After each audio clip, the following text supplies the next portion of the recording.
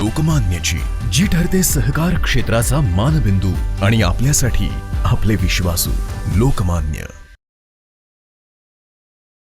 परंपरा लोकहिताची, परंपरा पारदर्शकतेची, परंपरा सुरक्षिततेची. गेल्या 25 वर्षांपासून विश्वास जपणारी, विविध सेवांद्वारे ग्राहक हित जोपासणारी परंपरा लोकमान्याची जी ठरते सहकार क्षेत्राचा मानबिंदू आणि आपल्यासाठी आपले विश्वासू लोकमान्य.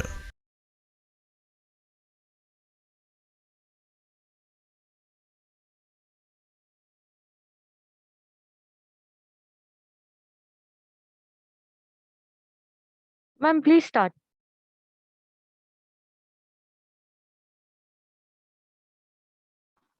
Yeah.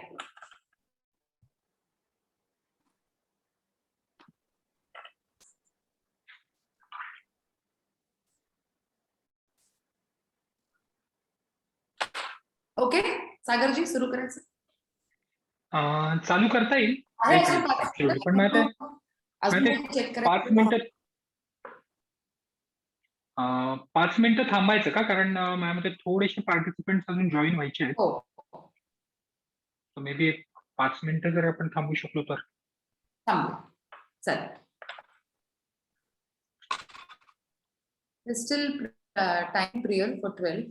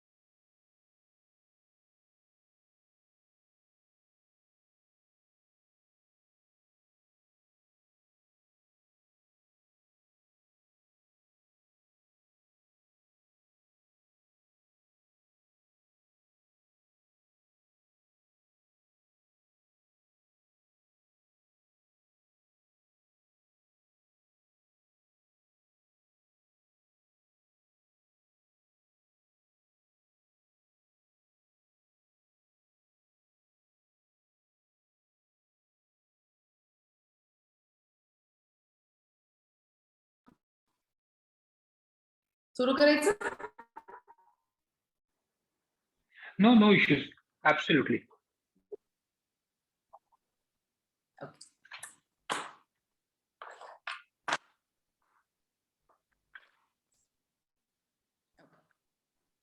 नमस्कार. सकाळ समूहाच्या वतीने मी आज आपल्या सर्वांचं स्वागत करते. आपले हे वेबिनार आपल्याला माहिती आहे की wait.in ही आपण वेबसाईट जवळजवळ 1 वर्ष आणि 4 महिने याच्या आधी आपण ही सुरू केली होती आणि याची आपली सुरुवात झाली होती आपली मेंटल हेल्थ हेल्पलाईनने, ज्याचं नाव आहे सकाळ सोबत बोलूया. आणि या हेल्पलाईनला मिळालेला प्रतिसाद याच्यावरनं आम्ही ठरवलं की अजून आपण वेगळ्या पद्धतीचे वेबिनार्स आणि सेशन्स कंडक्ट केले पाहिजे. वेगळ्या वेगळ्या तज्ञांना, होलिस्टिक हीलर्स, प्रॅक्टिशनर्स हे भारतातच नाही पण भारताच्या बाहेरनं सुद्धा आपण तज्ञ आणि रिसोर्सेसना आपण इन्व्हाइट केलं आहे to hear what they have to say to give us better tools and practices to cope up with any mental health issues, any crisis that we are facing in our lives. तर या इंटेन्शननी आपण wait.in या वेबसाईटची सुरुवात झाली. So please log in to our website and check out की आपले पुढचे वेबिनार्स काय आहेत, आपण सगळे इश्यूज टॅकल करतो. आपली सगळ्यासोबत बोलूया ही हेल्पलाईन, हे please spread the word to your friends, to your family, to your colleagues. आणि आता हल्लीच आपण आपल्या वेबसाईटवर आपण एक 4 तज्ञ हु आर क्लिनिकल सायकॉलॉजिस्ट हे सुद्धा आपल्या बरोबर आता काम करतात. So anybody looking for one-on-one sessions, personal sessions, Zoom sessions, can please reach out to us, write to us, email to us, and you can go on our website and तुम्ही सगळे त्यांचे डिटेल्स वाचू शकता. Right from marriage counselling to child psychiatrist, हे सगळे आपण वेगवेगळे मुद्दे आपल्या वेबसाईटवर आपण कव्हर केले आहेत. So please do spread the word, come talk to us, engage with us, let us know what you feel, what are the kind of webinars and other resource people that you would like to meet and interact with. We are always open for suggestions and for feedback. आजचा आपला हा webinar आहे in collaboration with Lokmanya multi state cooperative society आणि आजचे आपले तज्ञ speaker आहेत doctor Sagar Pathak. Thank you for joining us doctor Sagar ji. एक थोडक्यात त्यांचं इंट्रोडक्शन करते. डॉक्टर सागर पाठक हे प्रसिद्ध गायनेकोलॉजिस्ट, ऑब्स्टिट्रिशियन व सेक्शुअल काउन्सिलर म्हणून गेली 25 वर्ष पुण्यातील अनेक हॉस्पिटल्समध्ये कार्यरत आहे. यांनी सेक्शुअलिटी, सेक्शुअल रिलेशनशिप्स याच्या शिक्षणाबद्दल यांनी बराच प्रचार केला आहे. अनेक शाळा व कॉलेजेसमध्ये यांनी 300 पेक्षा जास्त मार्गदर्शन कार्यशाळा यांनी आयोजित केले आहे. आजचा आपला विषय आहे बदलती तरुणाई, looking at intimacy, sexual issues between the younger people, understanding what love is, what attraction is, what manipulation is. आणि आजच्या आपल्या काळात जे आपण बघतो की सगळे आपण ऑनलाईन वर असतो, तर ऑनलाईन वर सुद्धा जे सेक्शुअल प्रेडेटर्स जे असतात त्यांच्या understanding bullying and sexual predators who are also online, how do you even understand की हे ट्रिगर्स काय असतात, कसं आपण यांना सामोरे जाऊ शकतो, how can where and how to ask for help. आणि असे वेगळेच आपण सगळे इश्यूज आज डॉक्टर सागर पाठक यांच्याशी आपण आज डिस्कस करणार आहोत. सो काही कोणाचे विचार असतील किंवा काही प्रश्न असतील, so please keep sharing in the Q&A chat and we will be happy to take it once our webinar is over towards the end. Sagarji, once again thank you so much for giving your time. आणि आज अगदी वेळ काढून तुम्ही आलात आणि आपण सकाळी याच प्लॅटफॉर्मवर आपला ऑलरेडी एक वेबिनार झालेला आहे याच्याबद्दल हेच सगळे विषय घेऊन. पण आपण स्पेसिफिकली आज आपण अडॉल्सन्स आणि यंगर पीपल आपण यांच्यातनं हे आपण सुरू करणार आहोत की डेव्हलपमेंट ऑफ, आपण जे म्हणतो डेव्हलपमेंट ऑफ अडॉल्संट सेक्शुअलिटी किंवा ओरिएंटेशन, हे जे या वयात जे सुरू होतं. सो जस्ट टू अंडरस्टँड की कसे आपले विचार, आपले माइंडसेट हे जे आपले या at a young teenage age we start forming these opinions from what we see around us, what we read through media, through social conditioning, या सगळ्या गोष्टी makes a difference about how we perceive sexuality and attraction around us. तर थोडंसं आपण तिकडनं सुरू करू की याची सुरुवात कशी होते, how does it impact our mind आणि how fragile an adolescent is, म्हणजे किती फ्रेजाईल आणि सेन्सिटिव्ह अन अडॉल्संट इज. कारण की ऍट दॅट एज खूप लोकल इन्फ्लुएन्सेस पण होतात आणि you are also very vulnerable to all of these influences. आता सोशल मीडियामधनं पण खूप वाढले आहेत. So we can just start with just understanding what is it sexual orientation, sexuality, and how one understands it at that adolescent stage. नमस्ते मृणालताई, खूप छान वाटते तुमच्याशी गप्पा मारून. आज आपल्या बरोबर सकाळ सोशल फाउंडेशनच्या वतीने हा कार्यक्रम आपण घेतोय, लोकमान्य बँकेच्या वतीने आपण घेतोय. तर सगळ्यांचं मी स्वागत करतो आणि तुमचे पहिले आभार मानतो की मला तुम्ही या सेशनसाठी बोलवलं. लैंगिकता ही जी गोष्ट आहे ना, ही बऱ्याच वेळेला आपल्याला वाटते की मुलं वयात आल्यावर चालू होते. पण खरं म्हणलं तर लैंगिकता ही मुलं वयात आल्यावर चालू होत नाही, ती जन्मापासून चालू असते. कारण प्रत्येक जण आपल्या शरीरावरती प्रयोग करत असतं. अगदी लहान बाळ घेऊया, म्हणजे अगदी मे बी एक 6 महिन्याचं, वर्षाचं, ते देखील आपल्या सगळ्या शरीराला चाचपडत असतं. ते नाकात बोटं घालतं, तोंडात बोटं घालतं, डोळ्यात बोटं घालतं. ते तसंच त्या लघवीच्या जागेलाही हात लावतं. म्हणजे ते सगळं आपलं शरीर जाणून घेत असतं. पण एक पालक म्हणून आपण काय करतो? त्यांनी नाकात बोट घातलं तर चालतं, तोंडात बोट घातलेलं चालतं. पण लघवीच्या जागेला हात लावला की फटकन फटका मारला जातो. हे घाण आहे, हे गलिच्छ आहे, हे पहिलं सांगितलं जातं. आणि मग त्याच्यातून ती मानसिकता आपली बनायला लागते. कारण मग ती मानसिकता काय होते, की लैंगिकता हा जो विषय आहे, हा लपवून साजरा करायचा विषय आहे. साजरा हा मी शब्द वापरतोय कारण लैंगिकतेबद्दल प्रत्येकाला खूप उत्सुकता असते, प्रत्येकाला त्याबद्दल खूप जिज्ञासा असते. पण लहानपणीच जर का आपल्याला त्याच्याबद्दल गलिच्छ गोष्ट, वाईट गोष्ट, चार चौघात न बोलण्याची गोष्ट, असं जर का समज करून दिला, तर मग ही गोष्ट आपण एकांतातच सगळी पाळायला लागतो. आणि त्याच्यामुळे मग आपली मानसिकता अशी होती की लैंगिकता हा विषय लपून छुपून करायचा आहे. आणि आजच्या जगात काय झालंय, विशेषतः ह्या पिढीमध्ये, की अचानकपणे त्यांच्या समोर इतकी इन्फॉर्मेशन, इतकी माहिती आलेली आहे, म्हणजे इंटरनेटच्या माध्यमातून जे आपण म्हणतो ना, की प्रचंड माहिती आलेली आहे. आणि ती माहिती योग्य आहे का अयोग्य आहे, ती बरोबर होतीये का नाही होते, त्यांना व्यवस्थित ते समजतंय का नाही समजते, हे जर का जाणून घ्यायचं असेल तर त्याच्यासाठी कोणाशी तरी त्यांना बोललं पाहिजे. माहिती खूप आहे, पण नॉलेज नाहीये, ज्ञान नाहीये. आणि त्याच्यामुळे मग ते काय करतात, पहिल्यांदा आपल्या पालकांकडे जातात. पालकांना जर का विचारलं, तर तुम्ही विचार करा काय रिएक्शन होईल. पहिलं म्हणजे हे असलं काय घाणेरडे विचार आत्ता करू नको. दुसरं असतं, की लग्न झाल्यावर आपोआप समजेल. आता आपोआप कुठली गोष्ट समजते मला माहिती नाही. म्हणजे एक एका शाळेतला मी तुम्हाला किस्सा सांगतो. शाळेमध्ये गेलो होतो आणि एक 8वीतला मुलगी होती. तिने मला कोपऱ्यात घेतलं आणि म्हणली, "सर मला प्लीज तुम्हाला एक खूप महत्वाचा प्रश्न विचारायचा आहे." म्हटलं, "काय गं?" "सर, काल ना माझ्या बॉयफ्रेंडनी माझा किस घेतला." म्हटलं, "ठीक आहे. पुढे?" "नाही मग मला दिवस जातील का? मी प्रेग्नंट होईन का?" हा किती क्षुल्लक गोष्ट आहे. म्हणजे आपण मोठी माणसं हे हसण्यावरही घेऊ.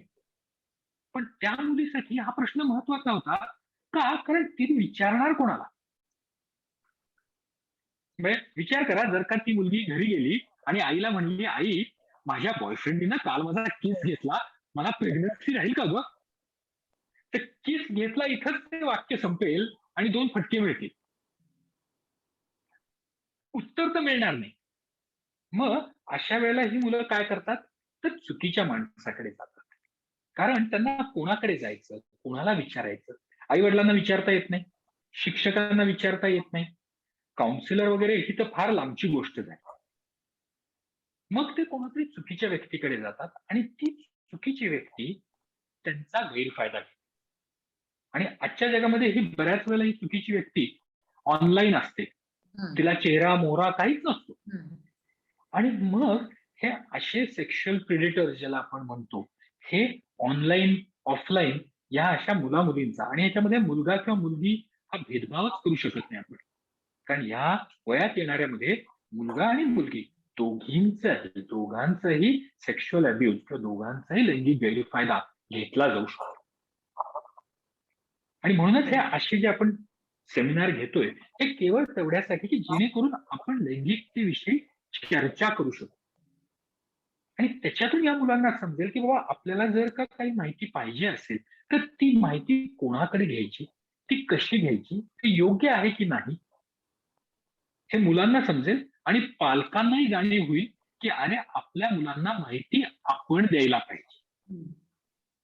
मी नेहमी म्हणतो की लैंगिकतेविषयी चर्चा आई वडिलांनी सुरू करायला पाहिजे, शिक्षकांनी मदत करायला पाहिजे, आणि माझ्यासारखे जे समुपदेशक आहेत, काउन्सिलर आहेत, त्यांनी ग्रुप थेरपीज घेऊन ग्रुपमध्ये त्यांना ती माहिती पुरवायला पाहिजे.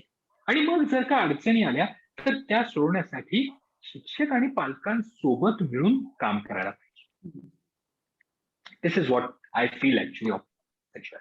बरोबर. आणि you are so correct in this, कारण की डिस्कसिंग सच टॉपिक्स, असे सगळे विषय घरी काढणं इज सच अ टाबू. म्हणजे आपण हे विषय आपल्या आई वडिलांना कधी प्रश्न, ऍज यू सेड करेक्टली, आपण विचारूच शकत नाही. It is impossible.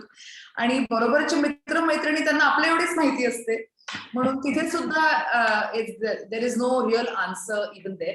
इनफॅक्ट मी कालच I was just researching some data on this, आणि वर्ल्ड वाईड म्हणजे बऱ्याचशा देशांचे नंबर्स, फिगर्स असे आहेत की अंडर 12 लहान मुलं, children are becoming sexually active right from under 12. म्हणजे इन टर्म्स की हे पालकांना किंवा कोणाला माहिती नसेल, पण एक्सप्लोरेशन ऍक्च्युली खूप लवकर हे सुरू होतं. आणि सध्या आपण बघतो की girls are getting their periods faster. सगळंच लवकर होत आहे या मागच्या 10-15 वर्षामध्ये. All of these can be, आपण त्याला लाईफस्टाईल चेंज म्हणू शकतो. किंवा इट इज नो लॉंगर की पाळी एखाद्या मुलीला 13व्या-14व्या वर्षी येते, आता 10 आणि 9 या वयात सुद्धा येते. So they are becoming active also sooner. So as you said, open communication is very very important, because body is developing but the mind is still of a child. आणि it's a very vulnerable stage to be. म्हणजे मी सगळ्यात तरुण मुलगी जी pregnant बघितली आहे, ती माझ्याकडे शाळेतून आली होती आणि तिच्याबरोबर तिचा सो कॉल्ड बॉयफ्रेंड आला होता. ती 5वीत होती, मुलगा जो होता तो 6वीत होता, आणि प्रेग्नन्सी म्हणजे काय हे पण त्यांना माहिती नव्हतं. म्हणजे ह्या परिस्थिती आहेत. आणि त्याच्यामुळे बऱ्याच वेळेला काय होतं की लोकांना अगदी सर्रास आपण कॉमेंट ऐकतो की ही पिढी व्याभिचारी आहे, या पिढीमध्ये स्वैराचार खूप वाढला आहे, ही पिढी अशीच आहे. आणि सर्रास वाक्य फेकलं जातं की आमच्या काळात असलं काही नव्हतं, ही पिढी आहे ना, ही पिढी बिघडलेली आहे. हे हे वाक्य इतकं सर्रास फेकलं जातं की आता खरंच मला त्याचा कंटाळा आलेला आहे. कारण माझ्या मते ना, प्रत्येक पिढी पुढच्या पिढीला वाईटच समजते. आमची पिढी चांगली, आमची पिढी खूप भारी होती, ही पुढची पिढी वाया गेलेली आहे. आणि ही गोष्ट खरी आहे का? तर ऍब्सोल्युटली नाही. कारण प्रत्येक पिढीमध्ये बदल होत असतो. जसं म्हणजे लैंगिकतेमध्ये देखील प्रत्येक पिढीमध्ये बदल होत असतो. फक्त झालंय काय की आत्ताच्या या पिढीमध्ये बदल हे प्रचंड गतीने झाले. म्हणजे पूर्वी काय होत होतं की मुलगा मुलगी भेटतच नव्हते. मी आता जर का आपण 60 आणि 50 सालातलं, 1950-60 सालातलं घेतलं, तर मुलगा मुलगी भेटण्याचे पॉसिबिलिटीज नव्हती. कारण शाळा वेगळ्या होत्या, सामाजिक स्तर वेगळे होते, बिलकुल महिला बाहेर पडत नव्हत्या. प्रत्येक पिढीमध्ये दर दशकामध्ये हे बदलत गेलं की 80-90 सालामध्ये काय झालं की मुलं मुली एकत्र शिकायला लागले, ते एकत्र शाळेमध्ये कॉलेजमध्ये जायला लागले, त्यांच्यामध्ये संपर्क यायला लागला.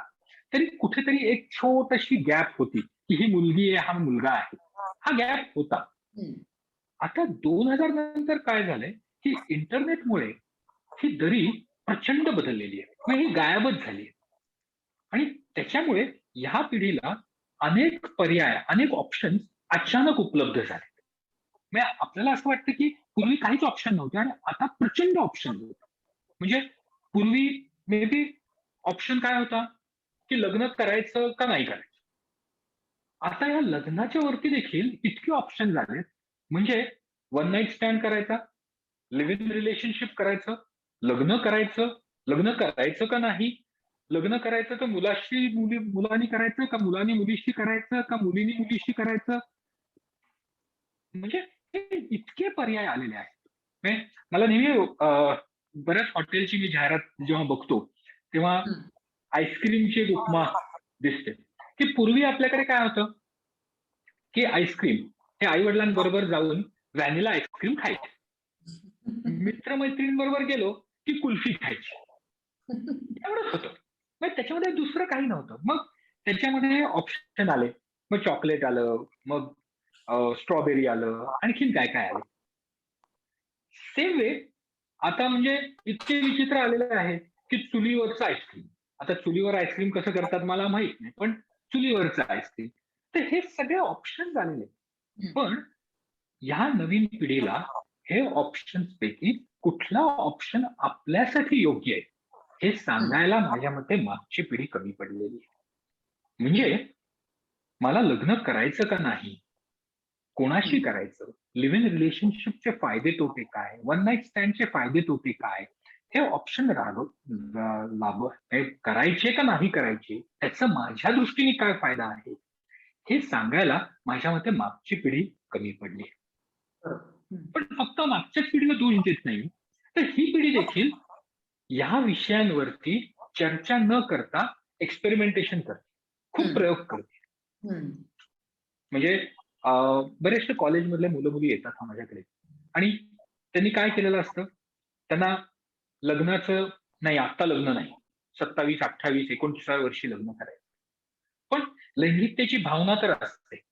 मग काय करायचं, मग आपण आता सध्या ही मुलगी मला आवडते किंवा हा मुलगा मला आवडतो, तर एक वन नाईट स्टँड करूयात. मग एकदा ते दोघ जण शारीरिक संबंध ठेवतात, मग त्याच्यामध्ये काही फार बरं वाटत नाही. मग ते म्हणतात नाही, ह्याच्यापेक्षा हे प्रयोग हा फेल झाला, आपण काय करू, थोडस लिव्ह इन मध्ये राहूयात. मग ते एखादा फ्लॅट घेतात आणि तिथे दोघ जण राहायला लागतात. मग दोघ जण एकत्र आल्यावर त्यांच्यामध्ये अडचणी येतात, मग तोही प्रयोग फसतो. मग ठरवतात नाही नाही, मग आता काय करूयात, लग्नच नको करायला, नकोच, काहीच नको. मग परत काही वेळानंतर कोणतरी आवडतो, पण मग ते नको, मग आई वडील अपोज करतील, हे करतील म्हणून पळून जातात, त्यांच्यापासून लपवून लग्न करतात. म्हणजे हे असे प्रयोग जे आहेत ना, हे प्रयोग ही पिढी करायला लागते आणि हे प्रयोग व्हायला नाही पाहिजे.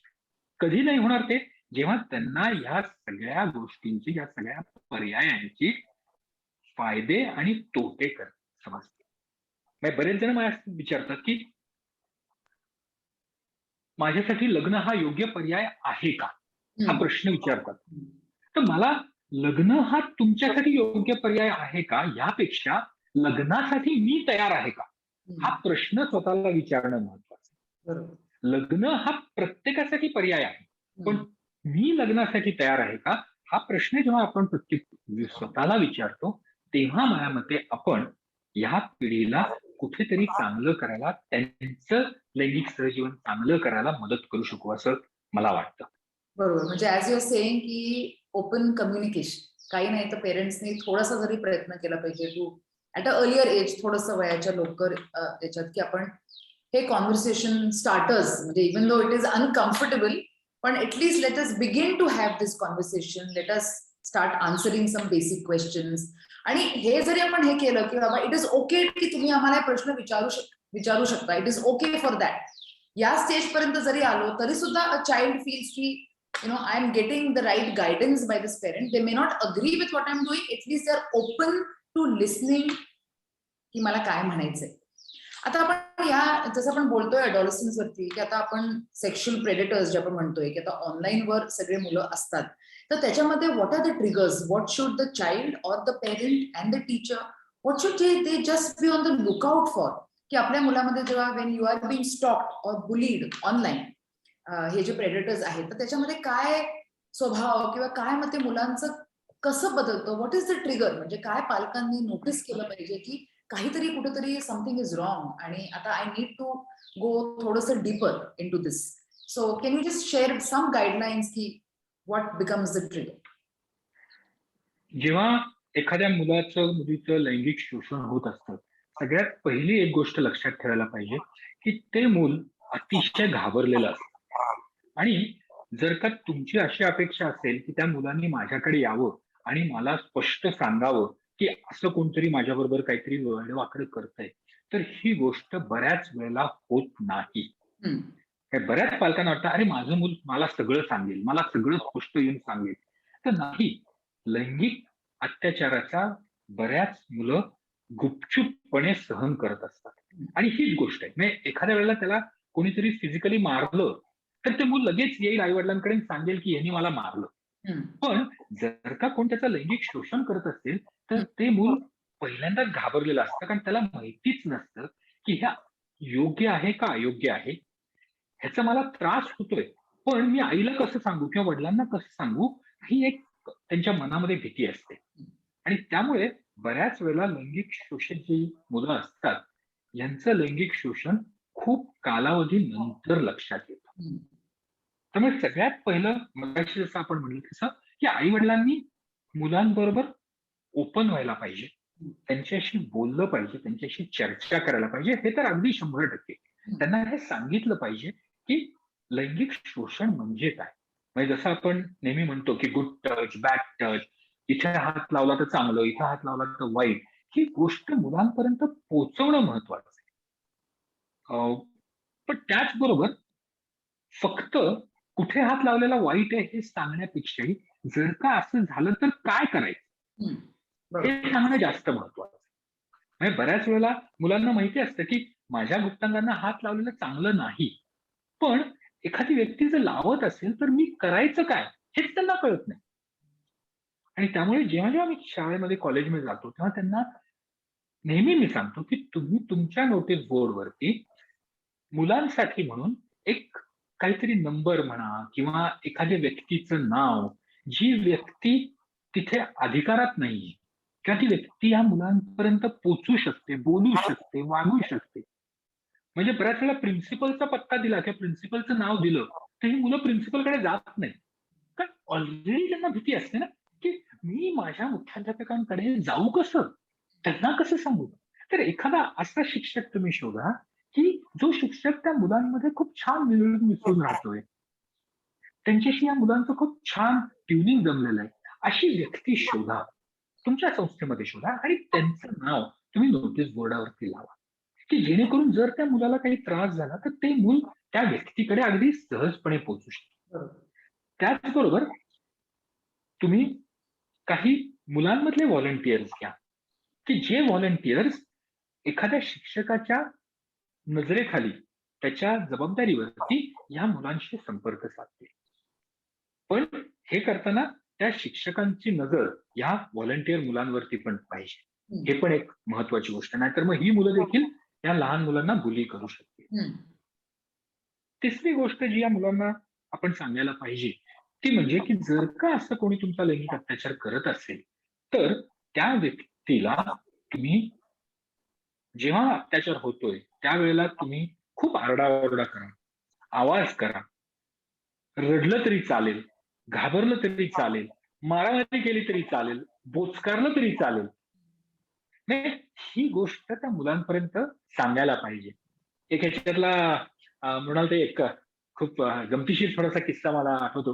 हो, नक्कीच. माझ्याच एक माझ्या एक मैत्रिणीची मुलगी होती. ती अशीच म्हणजे एक अगदी निरागस होती 5-6 वर्षाची. आणि पुण्यामध्ये मध्ये शाळेमध्ये तुम्हाला आठवत असेल की लैंगिक अत्याचार काही झाले होते. तर माझी मैत्रीण मुलीला घेऊन आली आणि मला म्हणली की अरे सागर, माझ्या मुलीला तू सांग की जर का कोणी तिला वेडवाकडा हात लावला तर काय करायचं. मग मी तिला सांगितलं की समजा कोणी तुला छातीला हात लावला, कमरेच्या खाली हात लावला तर सरळ जो माणूस आहे त्या माणसाला नखांनी ओरबाड.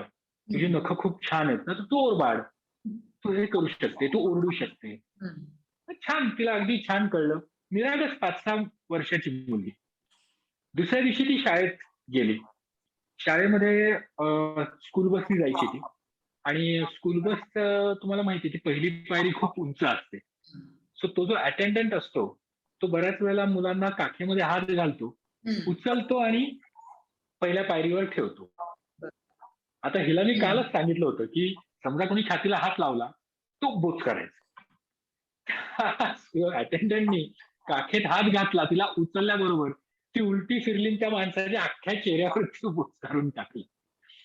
म्हणजे सांगण्याचा उद्देश असा की मुलं सगळं टिपून घेतात.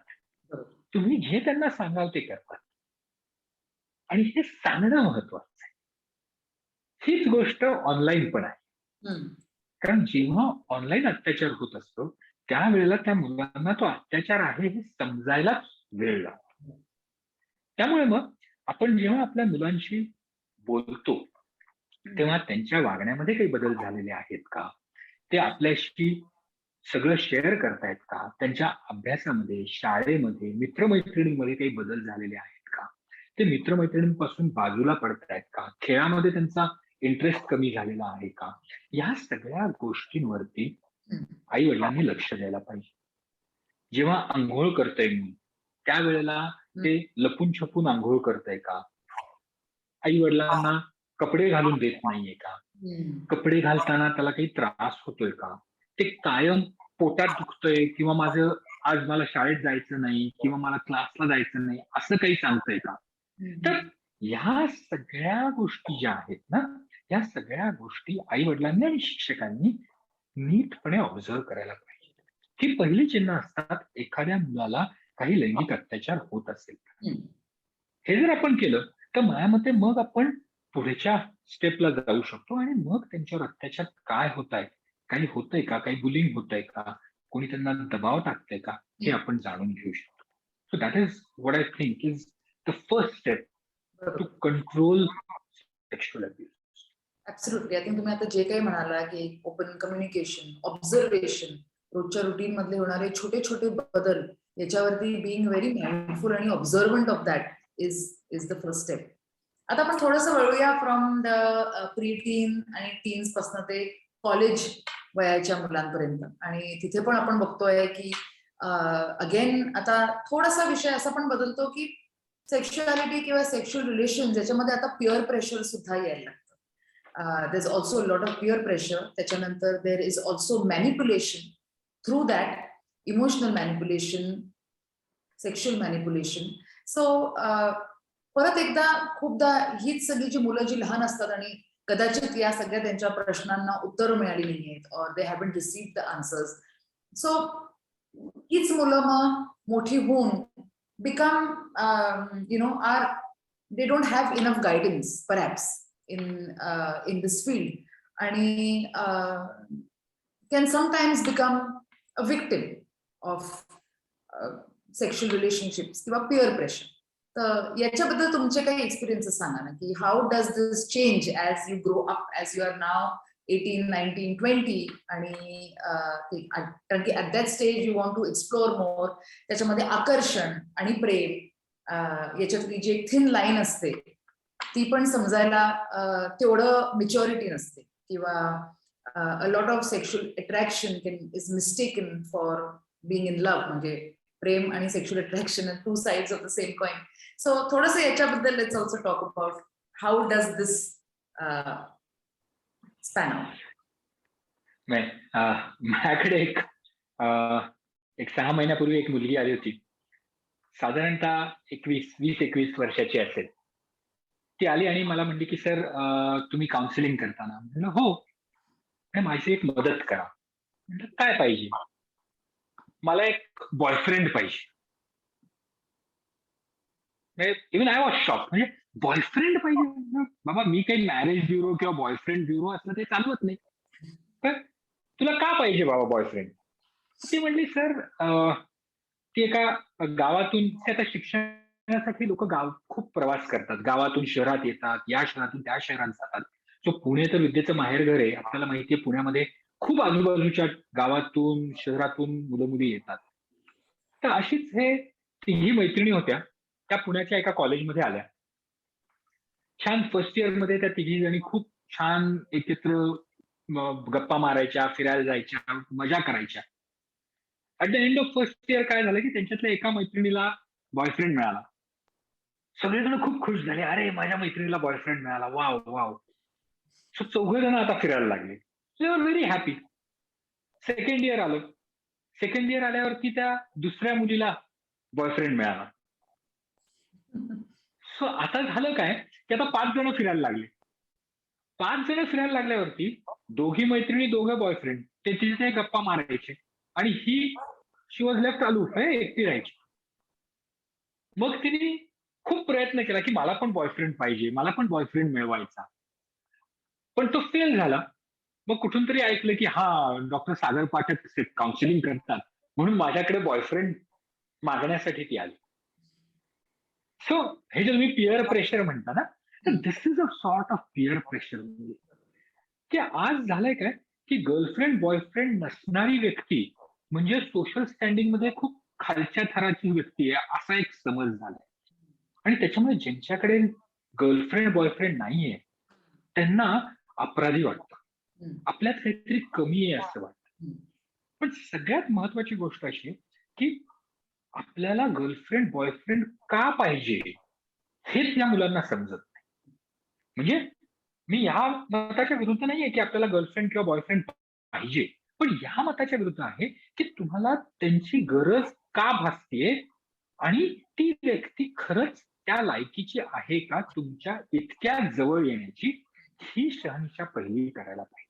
हम्म, केवळ दुसऱ्याला आहे म्हणून मला पाहिजे हम्म, ही भावना जर का त्याच्यामध्ये असेल तर हम्म, नक्कीच अडचणी येतात. बरोबर. आणि मग अशा केवळ गरजेपुरते झालेल्या नात्यांमुळे तुमच्या मानसिकतेवरती प्रचंड परिणाम होतो. हम्म, मग ते जर का रिलेशनशिप तुटलं तर मग डिप्रेशन येणं, मग स्वतःला हार्म करून घेणं, अगदी सुसाईड पर्यंत काही गोष्टी घडू शकतात. हम्म, तर मग त्यामुळे आपण जेव्हा एखाद्या नात्यामध्ये जातोय तेव्हा ते नातं आपल्याला किती गरजेचं आहे, हम्म, ते नातं किती वाढवायचं हे हम्म, पहिलं जाणून घ्यायला पाहिजे. हम्म, प्रेम आणि लैंगिक संबंध हे मगाशी मी म्हणलात की नाण्याच्या दोन बाजू आहेत. हम्म, मी म्हणेन की ह्या दोन पूर्णपणे वेगळ्या नाणी आहेत. हे दोन्ही पूर्ण वेगळी नाणी आहेत. का वेगळी नाणी आहेत? कारण प्रेम जर बऱ्याच वेळेला हे जे तुम्ही मॅनिप्युलेशन म्हणता ना, मॅनिप्युलेशन म्हणजे काय? तर एखादा पार्टनर म्हणतो दुसऱ्या पार्टनरला, माझ्यावर जर प्रेम असेल तर माझ्याबरोबर तुझे लैंगिक संबंध यायलाच पाहिजे. हम्म, हम्म, हम्म, प्रेम नसेल तर तू ठेवणार नाही. हम्म, तर ह्याला प्रेम नाही म्हणायला मी ब्लॅकमेल म्हणतो. हम्म, हे ब्लॅकमेलिंग झालं. त्यामुळे प्रेम आणि शारीरिक संबंध हे दोन पूर्ण वेगळी नाणी आहेत. हम्म, तुम्ही प्रेम का करताय हे पहिलं जाणून घ्या. प्रेम करणाऱ्या व्यक्ती त्या लायकीची आहे का, त्याचं खरंच आपल्यावरती तेवढंच प्रेम आहे का, हम्म, त्या प्रेमातून आपल्याला फायदा काय, ही सगळ्या गोष्टींचा पहिला विचार आपण करायला पाहिजे की मी प्रेम केलं एखाद्या व्यक्तीवर तर त्याच्यातून मला फायदा काय होईल. मला जर का मानसिक समाधान मिळणार असेल, माझी जर का काळजी ती व्यक्ती घेणार असेल, जर ती व्यक्ती प्रेम केल्यामुळे माझं आयुष्य समृद्ध होणार असेल तर ते प्रेम योग्य आहे. शारीरिक संबंध ठेवायचे का नाही हा मुद्दा वेगळा आहे, तो प्रेमाशी मिक्स करायचा नाही. तो मिक्स केला की हमखास गल्लत होते हम्म, आणि ती गल्लत झाली की मग अडचणी अधिक जास्त होतात. हम्म, त्यामुळे शारीरिक संबंध ठेवायचे का नाही हा मुद्दा नंतरचा आहे किंवा वेगळा मुद्दा आहे. हम्म, ते आणि प्रेम याच्यामध्ये गल्लत करू नका. प्रेम करा, जरूर करा, अशा व्यक्तीबरोबर करा की ज्याच्यामुळे तुमचं आयुष्य समृद्ध होईल, तुम्हाला त्याचा फायदा होईल. पण प्रेम करताना शारीरिक संबंध बाजूला ठेवा. पण होतं काय की या पिढीमध्ये आणि विशेषतः या वयामध्ये लैंगिक संबंध ठेवायची इच्छा इतकी प्रचंड असते, हम्म, प्रचंड असते हम्म, की प्रेम किंवा प्रेमपेक्षा शारीरिक संबंध म्हणजेच प्रेम हम्म, अशी चूक करून बसतात. तर बऱ्याच वेळेला आधी संबंध येतात आणि मग सोकॉल्ड प्रेम होतं. ही गोष्ट पण टाळली पाहिजे. म्हणजे ह्यामध्ये मॅनिप्युलेशन केलं जातं, कोणाच तरी प्रेशर येतं, हम्म, मी केलंय तर तू पण कर, ह्या गोष्टी होतात. आणि हम्म, याची बऱ्याच वेळेला सुरुवात जी होते ती कुठल्या तरी क्षुल्लक व्यसनाने होते. मग ते व्यसन साधं सिगरेटचं असेल, एखादं सोशल सो कॉल्ड ड्रिंकिंग असेल, आणि बोस्टिंग म्हणजे स्वतःचा गर्विष्ठपणा दाखवणे, मी हे केलं, मी ह्या 4 मुलींबरोबर फिरतोय किंवा माझ्याकडे हे 4 बॉयफ्रेंड आहेत, ही जी बढाई मारली जाते ना, ह्याच्यामध्ये बऱ्याच वेळेला खोटच असतं, ती बढाईच असते. पण त्या वयामध्ये ती बढाई खूप मोठी वाटते की अरे या मुलाला 4 गर्लफ्रेंड आहेत, कसला भारी आहे, किंवा ही मुलगी आहे ना असली भारी आहे, तिचे 3 बॉयफ्रेंड आहेत हम्म, आणि प्रत्येक बॉयफ्रेंड तिला हे गिफ्ट देतो, ते गिफ्ट देतो. आणि ह्या अट्रॅक्शननी मुली किंवा मुलं, त्याच्यामध्ये मुलं मुली डिफरन्स करायचाच नाही, म्हणजे दोघंही सेम आहेत, काही त्याच्यामध्ये बदल नाही.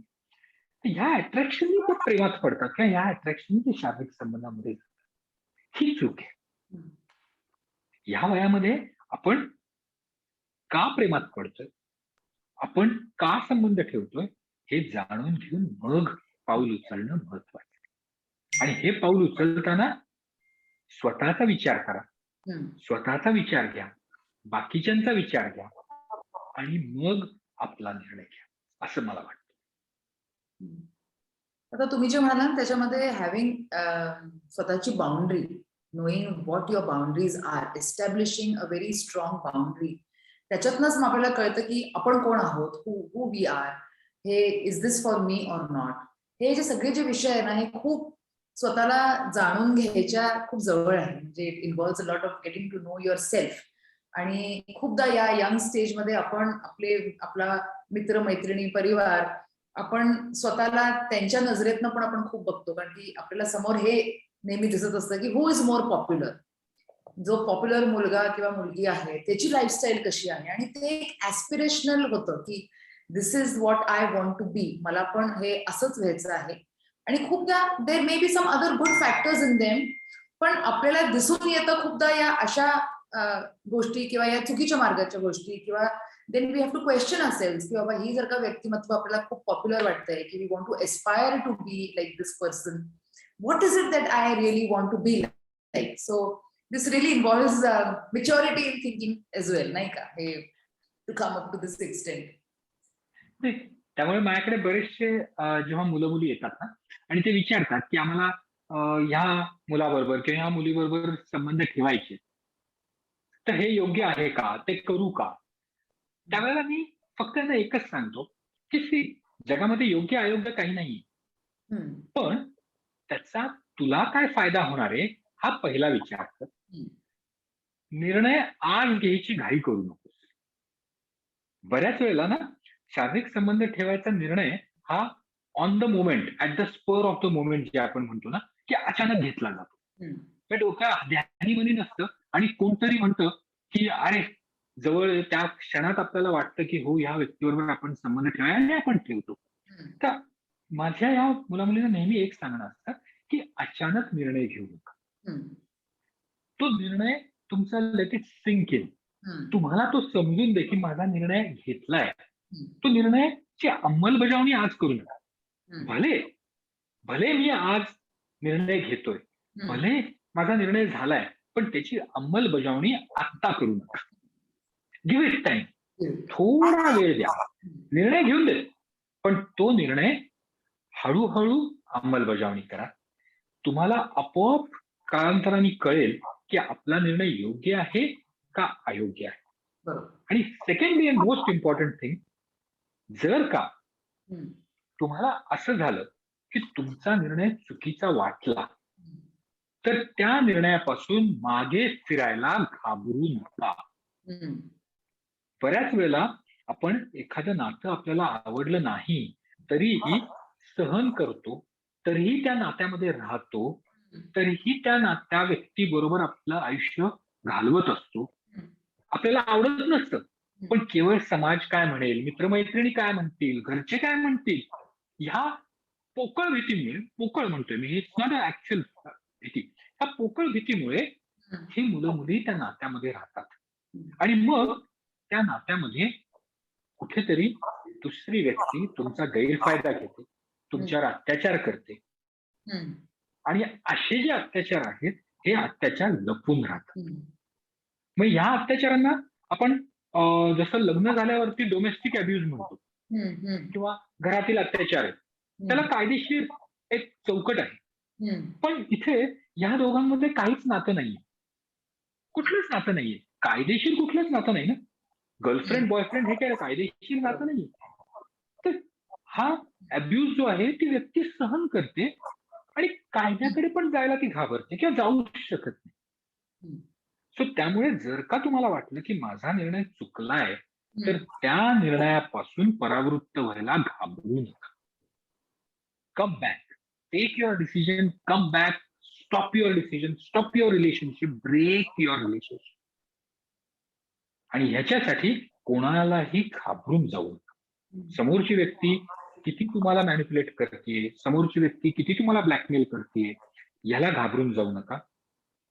आज या इंटरनेटच्या युगामध्ये बरेच जण फोटो, व्हिडिओ, चॅट या माध्यमातून देखील ब्लॅकमेल करत असतात. हम्म. तुमची माहिती ह्या मित्राला सांगीन, त्या मैत्रिणीला सांगीन, अशीही गोष्ट करत असतात. तर ही गोष्ट घाबरून आपण जायला नाही पाहिजे. आज आपल्या देशामध्ये सायबर क्राईमचे खूप छान फॅसिलिटीज आहेत. त्याच्यामध्ये आपल्याला खूप चांगला न्याय मिळू शकतो. त्यांच्याकडे आपण अप्रोच झालो तर ह्या गोष्टी आपल्याला टाळता येऊ शकतात. पण त्याच्यासाठी सगळ्यात पहिलं पाऊल हे आपण उचलायला पाहिजे, असं मला वाटतं. That's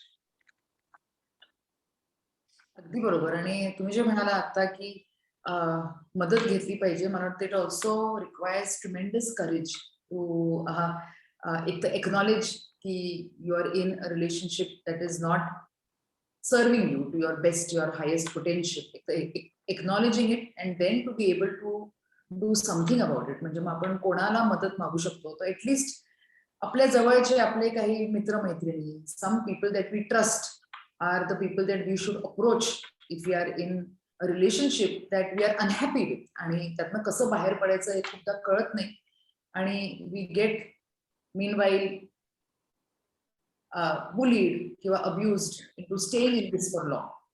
So this is also a very crucial thing what you just said, ki ask for help, go to the right people to help.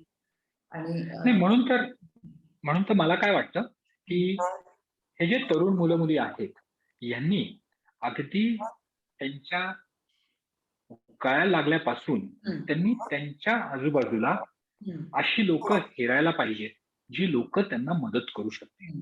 मग त्याच्यामध्ये तुमचे आई वडील असतील, काही जवळचे मित्रमैत्रिणी असतील, काही जवळचे नातेवाईक असतील, काही तुमचे अक्वेंटन्सेस असतील, तर ही लोक हेरायला पाहिजेत.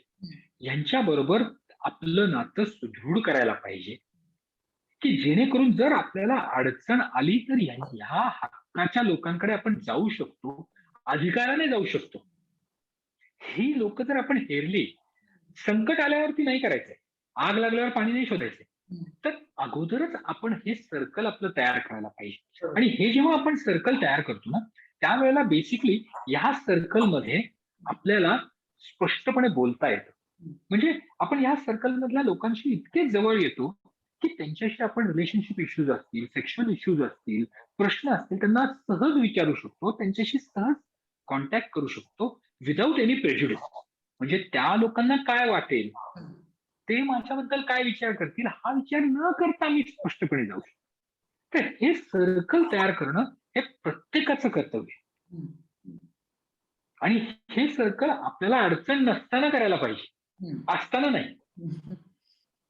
So this is the most important thing की ज्या वेळेला मग हे सर्कल आपल्याला मदत करणार, हे सर्कल आपल्याला सांगणार आहे की तू योग्य करतोय का अयोग्य करतोय. म्हणजे कालच माझ्याकडे एक मुलीचा किस्सा झाला की तिने एका मुलावरती प्रेम केलं, घरी सांगितलं की माझं या मुलावर प्रेम आहे. आई वडील म्हणले ठीक आहे, तुला वाटतंय मुलगा चांगला तर आपण साखरपुडा करूया. तिचा भाऊ म्हणला नाही, मला नाही योग्य वाटत आहे. बहीण म्हणली मला नाही योग्य वाटत आहे. वडील म्हणले इतका नाही चांगला, पण तू जो म्हणत असशील तर ठीक आहे. ठीक, मी म्हणतो ना ऑप्शन्स, ह्या पिढीला हाही ऑप्शन मिळालाय, स्वातंत्र्य, जे पूर्वी नव्हतं. नाही, ही मुलगी गावातली, शहरातली पण नाही म्हणते मी. हे आई वडिलांनी स्वातंत्र्य दिलेलं आहे, पण ह्या स्वातंत्र्याचा उपयोग कसा करायचा हे आपण ठरवायचे. सो या ह्याच्यामध्ये तिच्या वडिलांना, भावाला, बहिणीला वाटत नव्हतं तिने करावं, पण तरी तिने केलं. आणि साखरपुडा झाल्यानंतर मग त्या मुलाचे खरे रंग त्या मुलीला दिसायला लागले. मग तो मुलगा त्या मुलीला ह्याच्याशी बोलायचं नाही, तू इथं जायचं नाही, ह्या व्यक्तीशी फोन करायचा नाही, तुझा फोन नंबर बदलून टाक, तू वेगळाच, तुला मी फोन देतो ते फक्त माझ्याशीच बोलायचं, असे मॅनिप्युलेट गोष्टी करायला लागल्या. मग साखरपुडा झालाय म्हणजे तू माझी अर्धी बायको झालीये, मग अर्धी बायको झाली म्हणजे मग तू आता माझ्याबरोबर शारीरिक संबंध ठेवायला पाहिजे, अशा सगळ्या गोष्टी ते करायला लागले. हे जे अब्यूज आहे, हे जे मॅनिप्युलेशन आहे, हे मॅनिप्युलेशन जर का आपल्याला टाळायचं असेल तर त्याच्यासाठी आपल्याला ही लोक महत्वाची, ज्यांच्याशी आपण संपर्क साधू. आपल्याकडे ऑप्शन्स आहेत, आपल्याकडे स्वातंत्र्य आहे, पण स्वातंत्र्याबरोबर जबाबदारी येते. जबाबदारीशिवाय जर स्वातंत्र्य उपभोगलं तर त्यांनी अडचणी वाढतात. आणि त्यामुळेच आपण आपलं स्वातंत्र्य उपभोगताना जबाबदाऱ्या काय आहेत हे पहिलं जाणून घ्यायला पाहिजे आणि मग स्वातंत्र्य घ्यायला पाहिजे, असं मला वाटतं. You are absolutely bang on की क्रिएटिंग अ सर्कल, ते सर्कल आपलं असतंच, पण आपण त्यांना तेवढं त्यांच्यावरती विश्वास ठेवून शेअर केलं पाहिजे. So timely we can get advice, help before खूप गोष्टी वाढण्याच्या आधी. आय थिंक तुम्ही सगळे तुमचे suggestions are so practical doctor Pathak. It is just a little bit of awareness, observation, mindfulness, आणि या सगळ्या गोष्टी आपण क्रिएटिंग अ सर्कल, अंडरस्टँडिंग आपल्या नीड्स काय आहे, आपल्याला याच्यातनं काय मिळत आहे, काय आपला फायदा आहे, knowing what your boundaries are, establishing your boundaries in relationships, किंवा what is acceptable, what is not acceptable for you, या सगळ्या गोष्टी प्रत्येकाने याच्याबद्दल विचार करून, and this is not something that is खूप अवघड आहे करण्यासारखं किंवा अशक्य आहे किंवा फार वेळ जातो, पण त्याच्याने एक खूप स्ट्रॉंग सेट ऑफ व्हॅल्यूज पण आपले स्वतःचे तयार होतात. We know what is working for us, what is not working for us. This becomes a road map, like a guideline, की this is what I need going forward, आणि it's very important as you just said. एक पुढचा विषय म्हणजे आता आपण हे पण बघतो सगळ्या यंगस्टर्स मध्ये, आता एवढे गे परेड्स होतात, किंवा हे जे ओरिएंटेशन पण जे आहे, जे एक्सपेरिमेंटेशन, एक्सप्लोरेशन आणि ओरिएंटेशन, जे अगदी इन वेस्टर्न कंट्रीज जे आपल्याला ऐकू येतात, आपल्याला भारतात सुद्धा ते खूप ऐकू येतं, आणि आपण बघतो, दिसतो. I mean there is nothing, I mean there is no judgement on that, पण बऱ्याचशा पालकांनी आता एक्सेप्ट पण करतात. काही पालक खूप स्ट्रेसमध्ये पण असतात की हे असं आहे. सो हा जो सगळा जो प्रकार आहे, हा कधी मुलांच्या लक्षात यायला लागतो, की is this also sometimes peer pressure to be a certain way, की are they really feeling this since as a child, आणि मग ही त्यांना दिशा नंतर सापडते. म्हणजे तुमचे काय विचार आहेत या विषयावर? सगळ्यात पहिलं म्हणजे आपण हे रूल आउट करायला पाहिजे की डिफरंट सेक्शुअल ओरिएंटेशन म्हणजे त्यांच्यामध्ये काहीतरी मानसिक आजार आहे. त्यांच्यामध्ये काही मानसिक आजार नसतो. जसं प्रत्येकाला वेगळं काहीतरी आवडतं, म्हणजे फॉर एक्झाम्पल मला जर का श्रीखंड आवडत असेल तर तुम्हाला मे बी गुलाबजाम आवडतो. So it's a different orientation. हे कधी लक्षात येतं? नाही, इट्स अ इव्हॉल्विंग प्रोसेस. ते लहानपणापासून जाणवत असतं, ते कधीतरी कन्फर्म होतं आणि मग ते कंटिन्यू होतं. पण याच्यामध्ये काही वेळेला असंही होतं की माझा मित्र असा आहे, माझी मैत्रीण अशी आहे, म्हणून मी पण अशीच आहे, असा एक गैरसमज देखील काही मुलामुलींमध्ये होतो. त्याचबरोबर एक्सपेरिमेंटेशन म्हणजे या टीनेज मध्ये किंवा ऍडोलेसंट एज मध्ये प्रयोग खूप केले जातात, स्वतःच्या शरीराबरोबर, दुसऱ्याच्या शरीराबरोबर, आणि ह्या प्रयोगामधून बऱ्याच वेळेला असं होतं की माझं ओरिएंटेशन तसंच आहे. माझ्याकडे सध्या एक केस चालू आहे की ज्याच्यामध्ये त्या मुलाला हॉस्टेलमध्ये होता आणि साधारणतः 8वी-9वी मध्ये दुसऱ्या काही मुलांनी त्याच्या लघवीच्या जागेला हात लावला आणि त्यांनी जे काय प्रयोग केले ते केले. त्याच्यामुळे ह्या मुलाला वाटायला लागलं की माझ्यावर हे प्रयोग झाले म्हणजे मला पण मुलंच आवडली पाहिजेत, मला मुली आवडायला नाही पाहिजे. हे त्याचं मानसिकता झाली. त्याला करायचं नव्हतं, त्याच्यावर कोणीतरी केले, हे अत्याचारच म्हणूयात आपण. पण त्याला वाटायला लागलं की माझ्यामध्ये ही कमतरता आहे किंवा माझ्यामध्ये ही भावना आहे म्हणून हे माझ्याबद्दल घडलं, आणि त्यामुळे तो स्वतःला होमोसेक्शुअल किंवा गे ज्याला आपण म्हणतो असा समजायला लागला. त्याचं ऍक्च्युअल ओरिएंटेशन नव्हतं ते, पण केवळ ही घटना घडली म्हणून त्याला ते समज व्हायला लागला की मी पण होमोसेक्शुअल आहे. तर this is something which you have to differentiate. म्हणजे जेव्हा वयात येतोय त्यावेळेला आपलं ओरिएंटेशन काय आहे हे नीट समजणं, त्याची जाणीव होणं, ही गोष्ट आपल्याला लक्षात घ्यायला पाहिजे. त्याच्यासाठी बी ओपन. माझी हीच मानसिकता आहे, मला असंच वाटतं, मी असंच करणार, अशा क्लोज बाउंड्रीज ठेवायच्या नाहीत. Keep your boundaries open. Be open की हो, हे असंही असू शकतं, हे असंही असू शकतं, मला कशामध्ये जास्त आनंद मिळतोय, that is more important. Don't be stubborn, don't keep your options close. सगळे ऑप्शन बघून दे, पण माझ्यासाठी कुठला योग्य आहे, याचा मला काय फायदा आहे, माझ्यावर कोणी प्रेशर टाकल्यामुळे मी असं काही करतोय का, का मला केवळ अट्रॅक्शन आहे या गोष्टीचं म्हणून मी काही करतोय का? हम्म. अशाही गोष्टी बऱ्याच वेळेला एखाद्या ग्रुपमध्ये समजा मिक्स व्हायचं असेल आणि त्या ग्रुपमध्ये majority of them have a different sexual orientation, तर त्या ग्रुपमध्ये सामील होण्यासाठी मी माझं ओरिएंटेशन बदलतोय का? अशाही काही किस्से घडतात. हम्म. सो ह्या सगळ्या गोष्टींचे जेव्हा आपण अनालिसिस करतो, तेव्हा आपल्याला लक्षात येतं की खरंच ही व्यक्ती हम्म. कुठल्या कॅटेगरीमध्ये बसते. कुठलीच कॅटेगरी वाईट नाहीये. Hmm. It may be homosexual, it may be lesbianism, it may be anything, hmm. It may be a normal heterosexual relationship. Hmm. Any category is not bad. पण आपण खरंच त्या कॅटेगरीमध्ये आहोत का? Is our orientation the same? हे जाणून घेणं फार महत्वाचं. हम्म. ते न जाणून घेता जर का आपण एखाद्या ओरिएंटेशन मध्ये गेलो तर नक्कीच त्याच्या अडचणी निर्माण होतात. बरोबर. आणि आता येस, समाज ओपन व्हायला लागलाय, बरेचसे पालक एक्सेप्ट करतायत. त्यामुळे जेव्हा आपल्याला अशी अडचण येते हम्म. तेव्हा definitely sick help, talk, ask, question your self. हे 3 गोष्टी जेव्हा आपण करतो ना, ask your self, talk with someone and question your self, बरोबर. that will give you the real answer and the real perfect orientation that you have. That is what I feel we should do going ahead.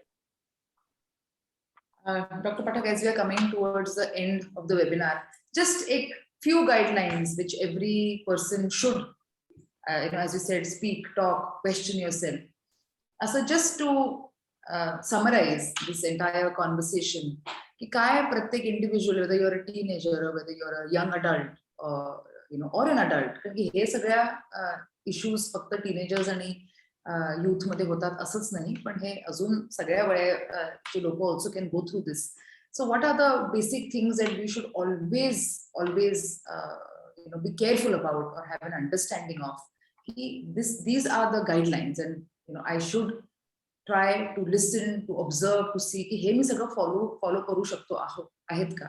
असे तुमच्या in your opinion, what should those parameters, those guidelines be, like a roadmap for us to, so that we are not taken advantage of, so that there is better understanding of the self, so that when you are into a relationship, you are going in for the right reason. सगळ्यात महत्वाचं म्हणजे की एक समाज म्हणून आपण evolve व्हायला पाहिजे, समाज म्हणून आपण बदलायला पाहिजे. लैंगिकता ही गुपचूप करण्याची, लपून छपून करण्याची गोष्ट न समजता लैंगिकता हे मेनस्ट्रीम मध्ये यायला पाहिजे. आपण लैंगिकतेविषयी सायंटिफिक दृष्ट्या बोललं पाहिजे. त्याला बऱ्याच वेळेला आपण लैंगिकतेविषयी कसं बोलतो विचार करा. एक म्हणजे गपचूप लपून छपून कोणाच्या तरी कानात, आणि दुसरं म्हणजे ते घाणेरडे व्हॉट्सअपवरती पाठवलेले जोक्स. या दोनच माध्यमातून आपण बोलतो. तर त्याबद्दल न बोलता आपण ओपनली जर त्या विषयावर बोलतो तर that will help us a lot. हा पहिला मेन एक समाज म्हणून आपण करायला पाहिजे. समाजाची सुरुवात कुटुंबाने होते, सो ही सुरुवात आपण कुटुंबापासून करूयात. आपल्या कुटुंबामध्ये आपण आपल्या मुलांशी, आपल्या पार्टनरशी कसं बोलतोय हे महत्वाचं. म्हणजे आजही विचार करा, माझा जन्म माझ्या आई वडिलांनी शारीरिक संबंध ठेवले म्हणून झाला, हा विचारच केवढा वाईट वाटतो. यू डोंट इवन थिंक माझे आई वडील शारीरिक संबंध ठेवू शकतात ही कल्पनाच करत नाही आपण. पण that's a fact of life. आपण ती फॅक्ट सोडतो आणि we go into further things. So एक कुटुंब म्हणून आपण पहिल्यांदा सुरुवात करायला पाहिजे. ही जेव्हा आपण सुरुवात करू तेव्हा सगळी मुलं ओपन अप होतील, त्यांच्या समस्या ओपन अप होतील. मग त्यांना ही भीती वाटणार नाही की आपण कोणाबरोबर तरी नात्यामध्ये आहोत, कोणाबरोबर तरी आपल्याला आकर्षण वाटतंय, कोणतरी आपल्याशी आकर्षित झालेला आहे. त्यांना मैत्रीच्या सीमा, शारीरिक संबंधाच्या सीमा हे त्यांना बनवायला सोपं जाईल.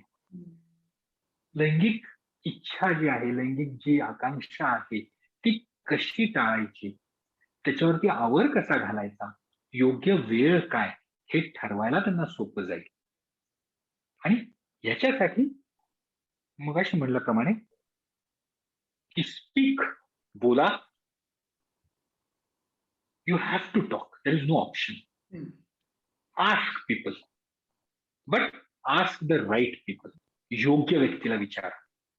And lastly, always question yourself. स्वतःला नेहमी प्रश्न विचारा. मी जे करतोय ते बरोबर आहे का, मी जे करतोय ते योग्य आहे का, मी जे करतोय त्याचा गैरफायदा घेतला जाईल का, माझ्याबद्दल काही वाईट होईल का, बरोबर. हा नेहमी स्वतःला प्रश्न विचारा. Once you ask that, I think we will have a very beautiful sexual relationship. कारण I always at the end I always say की शारीरिक संबंधांसारखं आनंद, समाधान, सुख देणारं नातं नसतं. Sexual relationship are always a very beautiful part of our life. They will remain beautiful only if you take care. हम्म. So आपण जर काळजी घेतली तर आपले लैंगिक संबंध आपल्याला आनंद, समाधान देणारेच राहतील. आणि ते तसे राहावे याच्यासाठी you have to take. That's all that I want to say today. It was so beautifully said. Doctor Patke, तुम्ही खूप सुंदर सोप्या भाषेत एक्सप्लेन पण केलं आणि अगदी मला वाटतं सगळ्यांना समजेल, पटेल आणि easy to take action on is how you have conducted and shared all your experience and your learnings in this webinar. It was such a pleasure to खरं खूप मजा आली गप्पा मारायला, and such a pleasure to see you talk so openly about so many topics. And